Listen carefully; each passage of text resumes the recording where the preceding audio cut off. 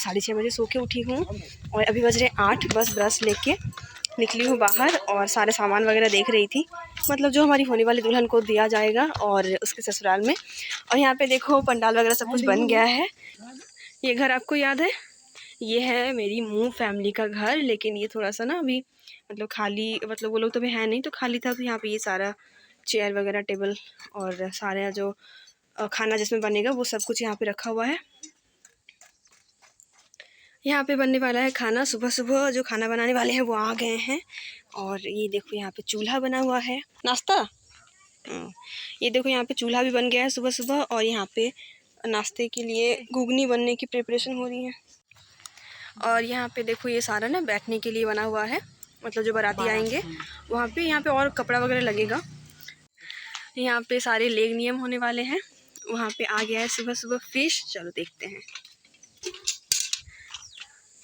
ये देखो मामा जी, दुल्हन के मामा जी।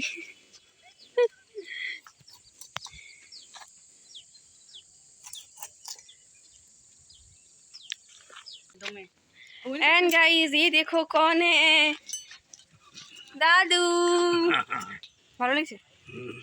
यहाँ पे मैं दादू से पूछ रही थी कि आपको कैसा लग रहा है ये सब कुछ देख के। हमें देख के ऑब्वियसली वो बहुत ज़्यादा खुश हैं। एंड मैं आपको बताऊँ, दादू के बेटे की बेटी की शादी है, तो उनकी खुशी का तो ठिकाना ही नहीं है। कल तो हम लोग लेट नाइट पहुँचे थे तो बाहर पंडाल वगैरह देखना नहीं हुआ था, तो जिस वजह से सुबह उठते ही सबसे पहले मैं बाहर आई हूँ ये सब कुछ देखने के लिए।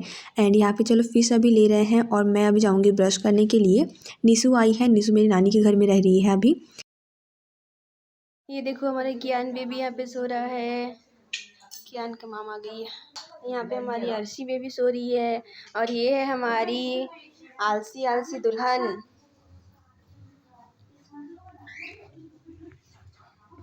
Good morning.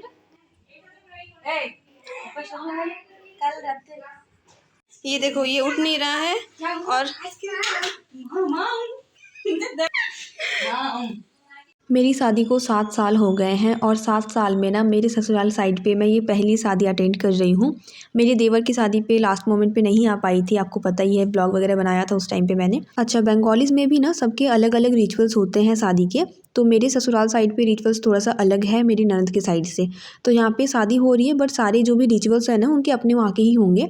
तो जैसे कि हमारा आज हल्दी और आईबुढ़ो भात दोनों का फंक्शन होता है, बट उनके साइड पे आज सिर्फ आईबुढ़ो भात होगा और कल हल्दी होगी, यानी कि शादी वाली सुबह को होगी हल्दी। तो यहाँ पे चाय वगैरह पीने के बाद जो भी सारा सामान मोना को और उसके ससुराल वालों को दिया जाएगा उन सबको अभी हम लोग पैक कर लेंगे। और अभी एक्चुअली करंट चला गया है जिस वजह से यहाँ पे थोड़ा सा अंधेरा अंधेरे सा आ रहा है, तो मैं आपको दिखाती हूँ। वैसे तो सब कुछ अभी जस्ट हमने देखा है, तो उस टाइम पे एक्चुअली शूट नहीं कर रही थी मैं, तो अभी मेरी ननद कह रही थी कि नहीं सब कुछ शूट कर लो और बाद में हम लोग देखेंगे जब फ्री हो जाएंगे। अभी तो बहुत ज़्यादा बिजी है, कुछ भी देखने का मौका ही नहीं मिल रहा उतना अच्छे से। सबसे पहले तो इस ट्रॉली में सारा मोना का और शुभजीत का सारा सामान जाएगा। एंड इसमें पिलोज वगैरह रखे हुए थे तो इसको हम लोग निकाल लेंगे। एंड जो भी सारे साड़ीज़ वगैरह है ना, मतलब डिटेल में आपको कुछ भी नहीं दिखा पाऊँगी क्योंकि जस्ट अभी अभी सारा कुछ खोल के हमने देखा था, तो वापस से फिर बहुत ज़्यादा टाइम टेकिंग हो जाएगा वो। एंड सारा मेकअप, स्किन केयर, अंडरवेयर वो सब कुछ ही इसी में जाएगा। तो ये सारे जो पाउचेस हैं ना इसमें सारे मेकअप वगैरह हैं। एंड मैं आपको यहाँ पे कुछ भी खोल के नहीं दिखा रही हूँ। ये सारे बैग्स बहुत ज़्यादा यूज़फुल होते हैं, वॉशेबल होते हैं और काफ़ी अच्छे से इसमें अरेंज करके रख सकते हो। यहाँ पे नाइट सूट वगैरह है, सारे ब्लाउजेज़ हैं, साड़ीज़ हैं। मैं आपको कुछ कुछ साड़ीज़ ना डिटेल में दिखाऊंगी।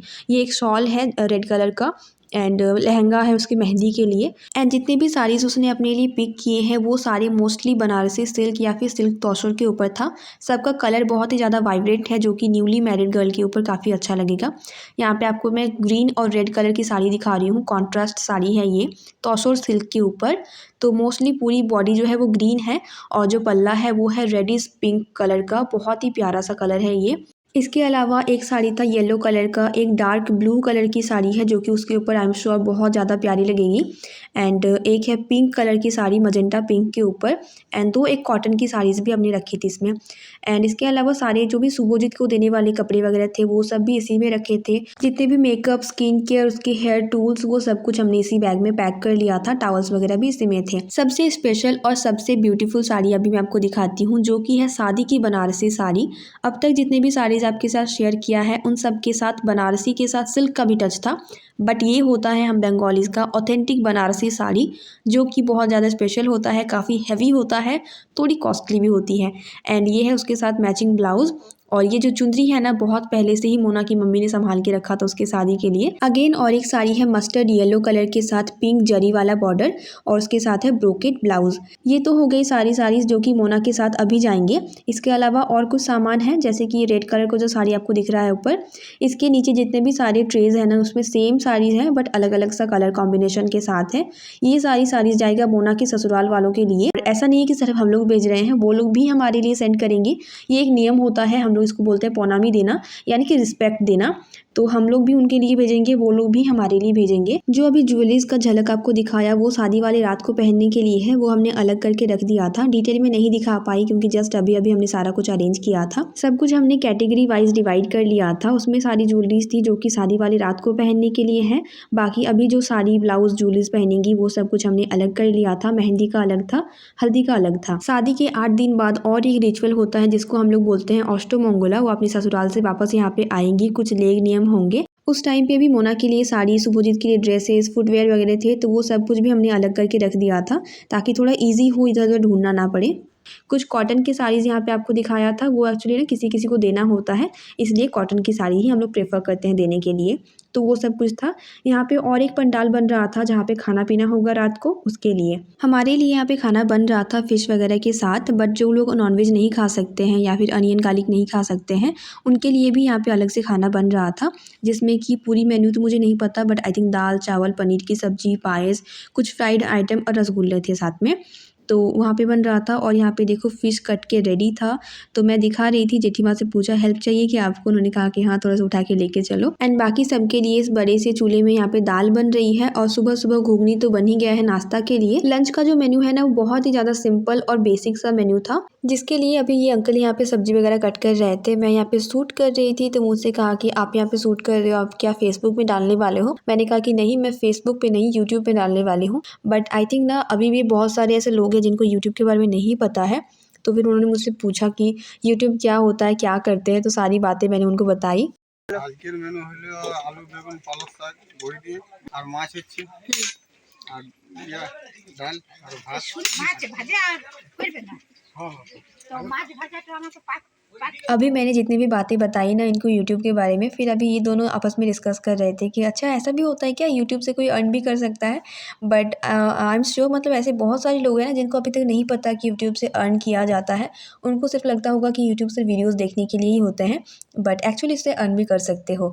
एंड मैं जब पहली बार जब मतलब स्टार्टिंग में जब मैं व्लॉग्स वगैरह बनाती थी ना, मोस्टली मेरे गाँव वालों को नहीं पता था कि मेरा यूट्यूब चैनल है और मैं यूट्यूब पर वीडियोज़ बनाती हूँ। एंड जब मैं अपने वीडियोज़ को फेसबुक पे शेयर करती थी, उस टाइम पे उन्हें पता लगा कि हाँ ऐसा भी होता है, यूट्यूब से ये सब भी हो सकते हैं।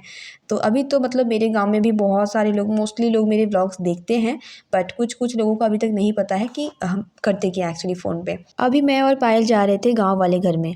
मैं अभी आई हूँ मेरे गांव वाले घर में दादू और दीदा से मिलने के लिए। दादू से तो मिल लिया था, लेकिन दीदा से मिलने के लिए।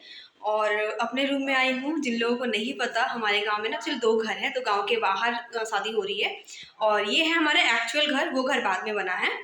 तो इस घर में ये है मेरा बेडरूम। एक्चुअली ये पूरा खाली खाली सा है, सिर्फ एक अलमारी यहाँ पे है एंड बेड वगैरह यहाँ पे कुछ भी नहीं है। और ये कुछ कपड़े वगैरह यहाँ पे रखे हुए हैं और जो भी बेडशीट्स वगैरह हैं, ये सब कुछ।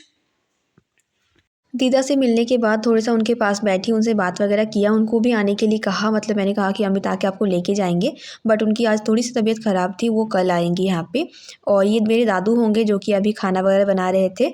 और यहाँ पे खाना बन रहा था बिना अनियन गार्लिक का। कियान सब कुछ घूमते घूमते देख रहा था अपनी डैडी के साथ। और यहाँ पर मैं अर्शी को सब कुछ दिखा रही थी। अर्शी यानी कि मेरे देवर की बेटी। अभी हम लोग करने वाले थे ब्रेकफास्ट, तो यहाँ पे मूढ़ी घुगनी खाने वाले थे, जो कि शादी में कंपलसरी है ब्रेकफास्ट, यानी कि मूढ़ी घुगनी। और ये मेरे मामा हैं और साथ में है मेरे देवर।